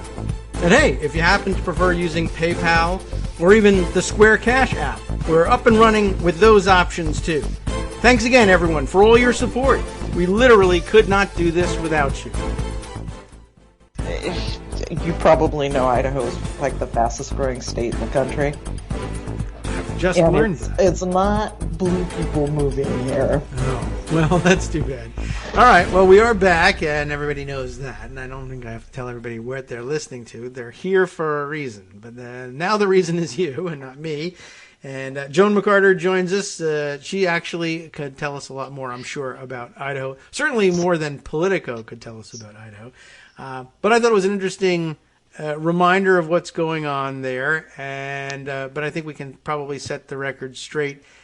I guess it's the job of the Republican chair there to worry about the state of the party and not to worry about the Republican infighting, not publicly, but rather to say, well, my worry is that the state could turn blue because there are other Western states that were solidly red and became very fast-growing states, and then with a lot of Republican infighting became blue states, or at least have trended blue lately. And Idaho, as it turns out, yes, is among the fastest-growing states, and there's political infighting among Republicans, but you're saying it's growing, but it's growing with other Republicans? Is that what's happening? Okay. The difference between Idaho and the rest of the states that are purpling or have large population increase is that for, 2 decades, the population increase has been purposefully from extremely conservative Orange County type Republicans. That's what it started with, California, Southern Californians. That's what coming here specifically to turn communities and then the state crazy. Oh, well. Yeah. Well, that could be it kind of started when I'm confusing I'm thinking Mark Furman. But that was the type of George Floyd cop, right? The LAPD, the cop back with the Rodney King Furman, case. yeah, Rodney King, yeah. He moved up to northern Idaho, beautiful place, to Coeur d'Alene, because we had Aryan Nation activity there for a long time, fought them, got them out, broke them financially. But then they decided this was a good place to sort of take refuge, the LAPD white supremacist types. Huh, that's odd. And that sort of grew, and a solid core of white flight, extremely politically active people decided, we could remake this part of Idaho and make it ours. And they've just been metastasizing since then. So truly, there is a very political sense among the people that are moving to Idaho that this is a place where they can be their worst selves. That this is the place where they'll be free of government mandates. That this is the place where they can amass all of the guns that they want. Yeah. And it's largely white flight. Not entirely, particularly in the Boise area, because we have quite a few international corporations, and the city of Boise itself is relatively sane. But for the rest of the state, it's not good. Politico sort of skated over the top of something that's been happening for a really long time. And that's what they do. That's Politico, or newspapers in general for you. It's an interesting trend there. I mean, I recall hearing off and on about what's going on, at least up in the northern part of the state, and the people who have moved through there, and the various names that have risen to prominence there, and either started or in some cases ended political careers there. But it's interesting that the ultra conservatives are the ones doing it. I've heard a few people over the years mentioning, some of these lower population western states, Wyoming, the Dakotas, to some extent Montana, they're a little higher in population there. But I've certainly heard people say, well, there are a couple of blue pockets there. There are places that people fly in for ski resorts or what have you. Well, and that's Idaho. We have Blaine County. Yeah. One of the first cities, in fact, or populated areas in the country to have a huge COVID explosion back at the very beginning.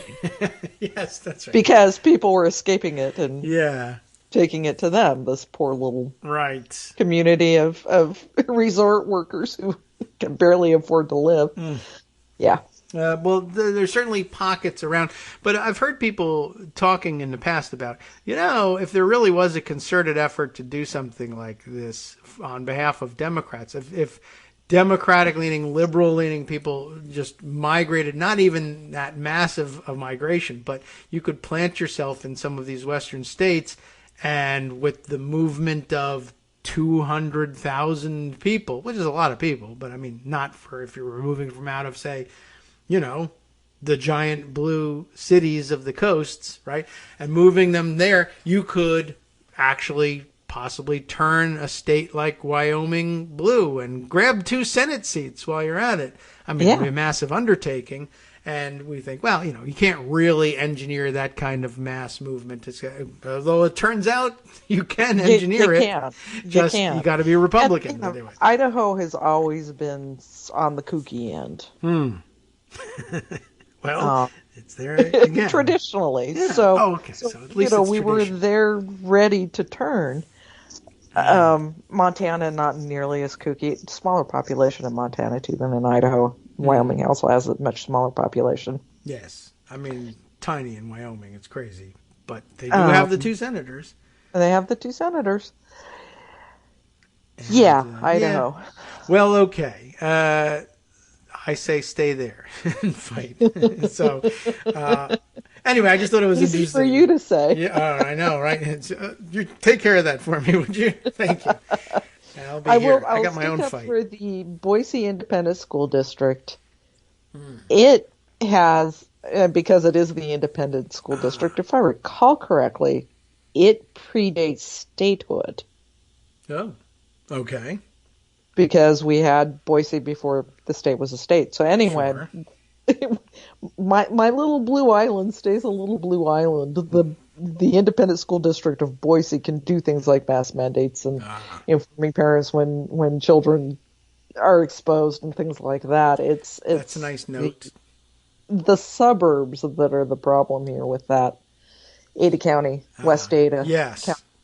That's where they mentioned. That's the school district that just decided, why don't we just stop telling parents when kids in their children's classes get COVID? We'll just not tell them because something transparency. We need to know all the books you're reading, and we need you to wear a body cam in case you say something about race. On the one hand, it's because it is West Ada. Mm-hmm. And there are a lot of kooks in West Ada. It's not just northern Idaho now. They've also been moving in to the suburbs here.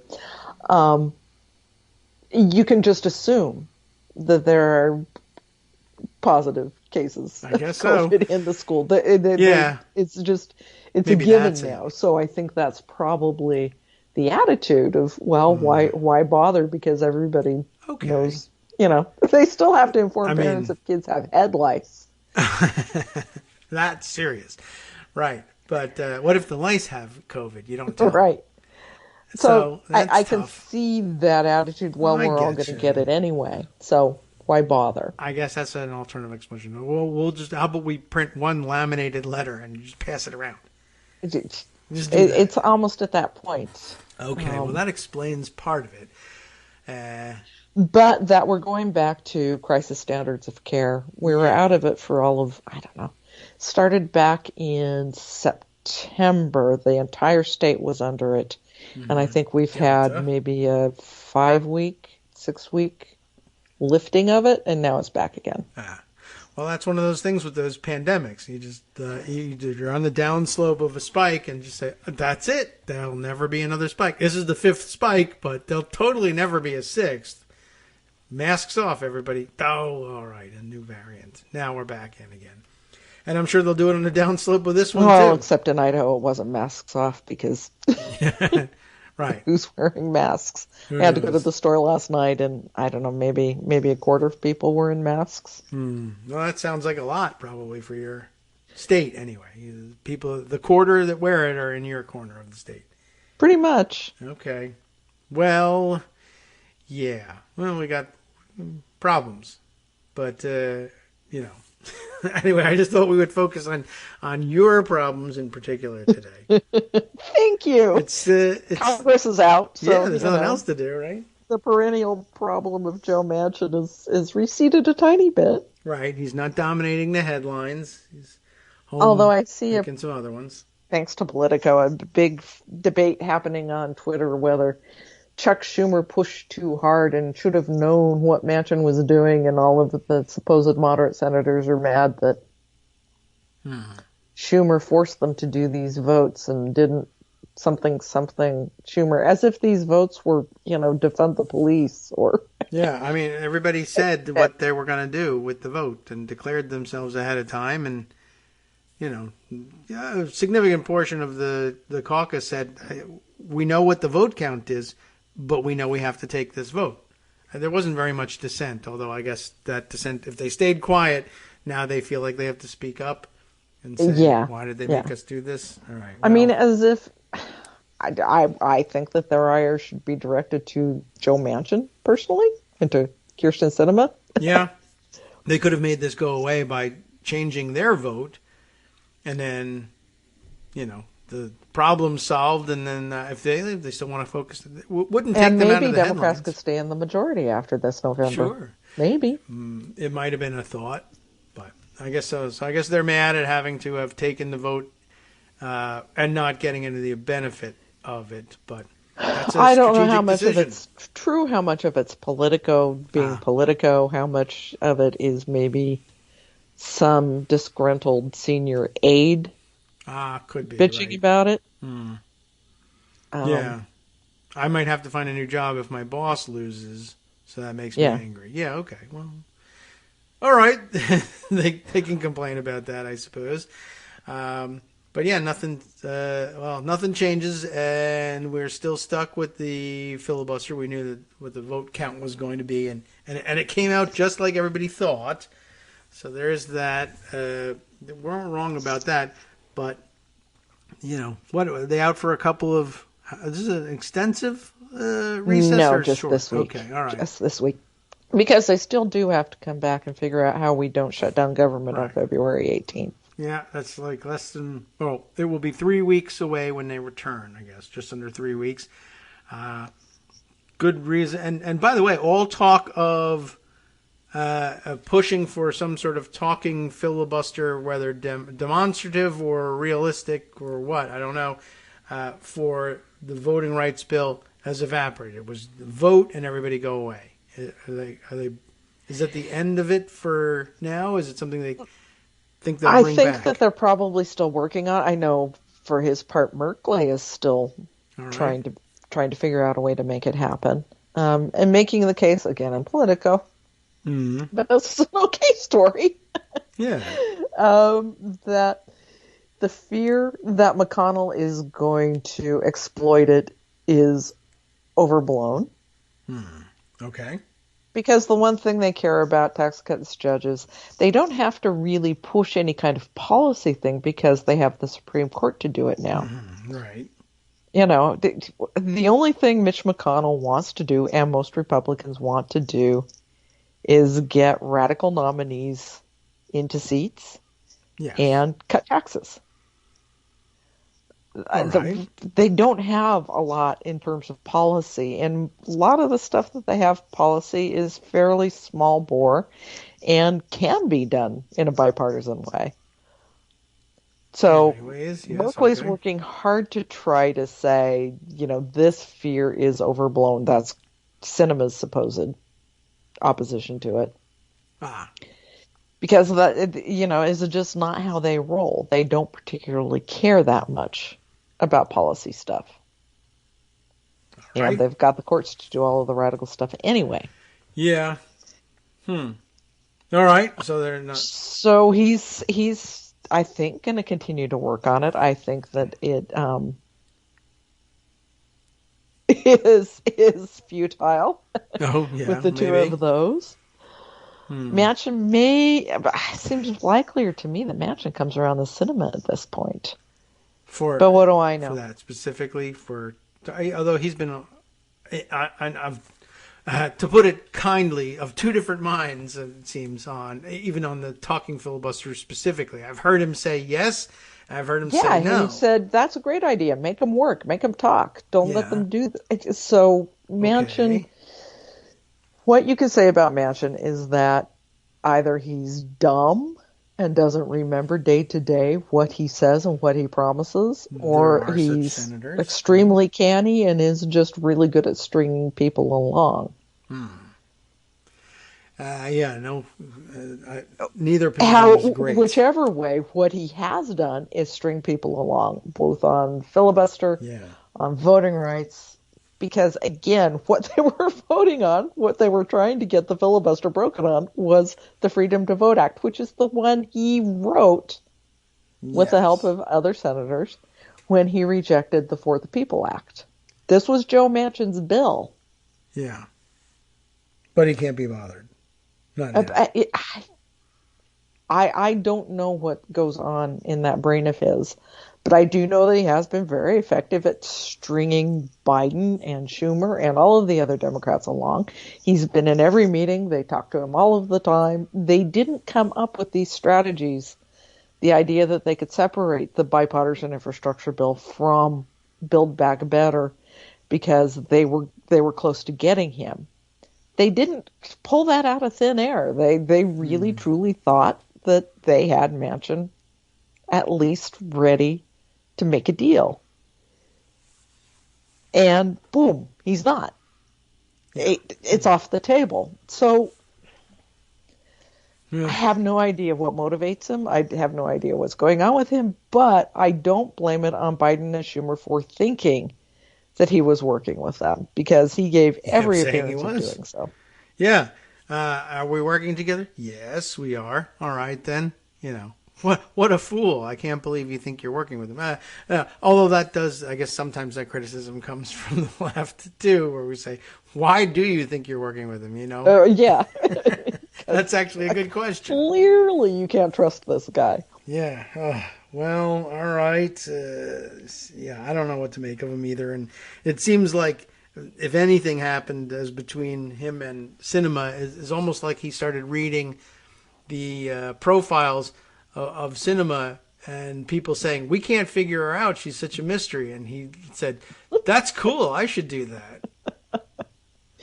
The better explanation I saw from somebody else is that he's sort of like Trump in that he changes his mind based on the last person he talked to. That could be. And that, they will be making progress in meetings with other senators, and he will be being convinced, and he will be making all of the good noises. And then he goes home and he gets a call from a buddy, from ExxonMobil or something. I guess. Yeah, I don't know who his buddies are. And they sway him. They change his mind. And I think that's probably the likeliest explanation. I think he's... That could be. That and ego. Yeah. Well, that's operative in all of them, I guess. Yes. But, yeah, I mean, I don't know what other... It's as good a guess as any. We don't know who's calling him or who's weighing on him. But, it's either that or one of the worst explanations of he has no idea whatsoever what's going on and just says things, whatever he can use to escape the reporter who's asking the questions. I think that's part of it, too. Yeah, I mean, it definitely has that as a tactic, but just the idea of him coming out of a conference with other senators and saying, we've reached, we're getting close to an agreement on this. I believe in this, and I hope they can get to it. And then asking him the next day, so about that thing that you were hoping you could get to. Oh, that? No. That was stupid. What a dumb thing. How does that happen? Right? It's either that you're right, either that he's being convinced by somebody else away from the cameras, or he's forgetting from day to day where he is and what he said. And I imagine that's worse. That is possible as well. Sure. We have, like I said, we have such senators as it is. And also at his core, he's very Republican in his attitudes about who is deserving. Mm-hmm. That is true. The whole back to the child tax credit thing, and those people are probably just using the money on drugs anyway. Yeah, that is fairly Republican. I don't know, and it's very 80s. It's very 80s. So he's a little Trumpy in that sense, yeah, right? He's whatever it takes to get away from the reporters, and whoever speaks to him last, and he's living in the 80s, which I don't know. I mean, I don't think they were particularly glorious time for Joe Manchin, but what do I know about his personal life? Maybe that's the case. It's very weird, but yeah, I mean, even the people who are moderate Democrats and conservative Democrats who are sort of stuck in that mode of thinking, it's not that much of a throwback to welfare queens and spending all your money on drugs. Jeez, they've, I think, evolved. Which, is now just pure dog whistle. Yeah. Well, right. So okay. No telling what's going on in his head. No change there, I suppose, except for the fact that, okay, now they've had their vote. They're on recess. They say they're working again at trying to build back better, maybe in pieces, but I don't see that that's any easier. No, because they still have to do it by budget reconciliation. Yeah. And, okay, so do they come back with the next budget instructions and specifically allow for 2 more budget reconciliation bills? They're still operating on Build Back Better under 1, so do they come back with a second one to say, okay, we can pick up other pieces? I don't know that anybody knows for sure how they're going to do that. Yeah, I don't know. It seems, and I'm also not sure. There might be some effort to look at the omnibus spending bill that has to happen if it's not going to be another continuing resolution, and I'm not holding my breath that they actually get the omnibus done. Right. And we don't have a continuing resolution on February 18th. But is there any way they can move some parts of this into the omnibus bill? That's, I think, one thing that they're looking at. They're also potentially looking at some more COVID relief for businesses in the omnibus. Okay. So, once again, you have the must-pass bill. Get what you can out of it. Yeah.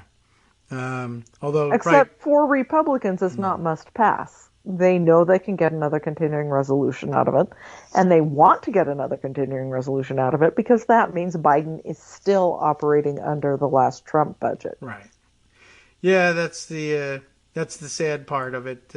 While it keeps the government open and it's a good option to do something quickly when you're out of time to pass a continuing resolution, what's continuing is the previous budget. They still haven't adopted them. No, it's a year into it. At some point, that becomes a legitimate knock. You get a 4-year term. If 25% of your term expires without your having influenced the federal budget, you might have a problem. Particularly because the budget has been so slashed. Some agencies are working at like 40% of what they were pre-Trump. Social Security, IRS, all of the front-facing agencies have been really slashed back, but particularly those two. It's austerity. It's let's make government not work for the people, and they'll hate government, and they'll elect Republicans. And the longer we continue the crisis and say we're rescuing ourselves from government shutdown with a continuing resolution, most people probably don't pay too much attention. They barely pay attention in some cases when the government does shut down, but they'll pay attention and note positively that the government's not shutting down, but it's a very stealthy way of continuing Trump budgeting numbers without anybody noticing it. And besides which, it's being done by a Democratic Congress with a Democratic president, so they must be approving. They must approve of the budget levels, but they really don't. It's just that they can't get any cooperation in moving forward with an actual new budget. And the only thing they can do is limp along from CR to CR. The countervailing force on this for Republicans could be defense contractors in the Pentagon, who are all getting just a little bit impatient with this because they actually got a good boost out of the House bill that passed, the House Defense Appropriations. It was $768 billion, which was $28 billion more than the Pentagon even asked for. And they don't want to miss out on that. They don't want to miss out on that. So there is growing unrest in the defense trade groups, and that could bring Republicans to the table to do an actual budget. That is sort of the only thing I see that's going to bring them around. Well, we'll see if they can do that work and push people for that. They won't want to miss out on a big bonanza, especially with tensions rising. We could lose out on millions and billions in contracts on whatever standoff we generate over Ukraine. We have to get that money quickly. Come on, let us so through. that's there you go, another countervailing pressure on Republicans. This is interesting to me. Senate Republicans seem to not want to side with Russia, unlike House Republicans, who are, why would we go in to help Ukraine?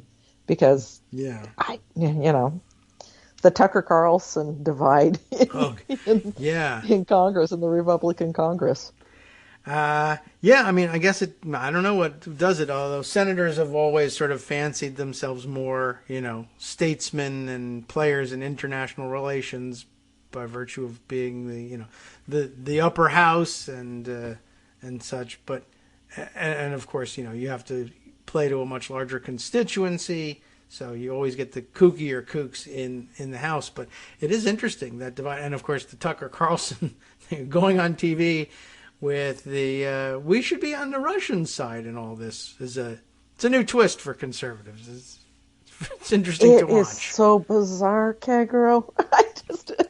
I am really not understanding the 21st century. No, it's not making a great deal of sense. And they had, I guess, for a while, the excuse of saying, well, the Russians, they're different now. It's not Soviets anymore. They're very different in their approach to things. And then, of course, I guess almost just to troll them, Putin and forces aligned with them making weird Soviet throwback flexes, including like invading Ukraine and absorbing it into the Russian Empire. Like, you don't remember this stuff? I don't know. Remember when Republicans raised hell about using the term czar for a... Yeah, right. That's true.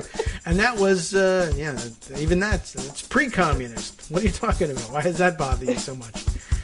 I don't know. It's very weird that they don't see that as, just out of keeping with their traditions as conservatives. But I don't know. Then again, they were all there for July 4th in Moscow, so I suppose all of that is out the window. It's a weird world we're living in, Joan.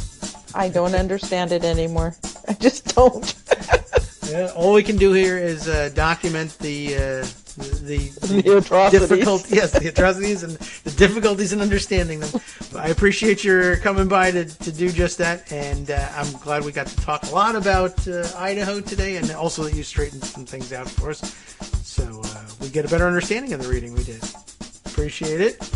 You are most welcome. I'll go back and find the definitive article on the takeover for you. Okay, yeah, I'd like to read about that because honestly, that and the nuclear option. I love stealing Republican plans and turning them into Democratic ones and then watching them complain about it. So we'll see if we can do that with this That's one what too. We'll do next week. Yeah, okay. Everybody has to move to Wyoming. Thanks, Joan. You're welcome. See you then. From networksradio.com. You have been listening to Kagro in the Morning with David Waldman. All right, well, and thank you for doing it. It's really more of a you problem than a me problem if you're listening to me in the morning. But if you want to change all that and listen to Justice in the Morning, the West Coast Cookbook and Speakeasy is up next.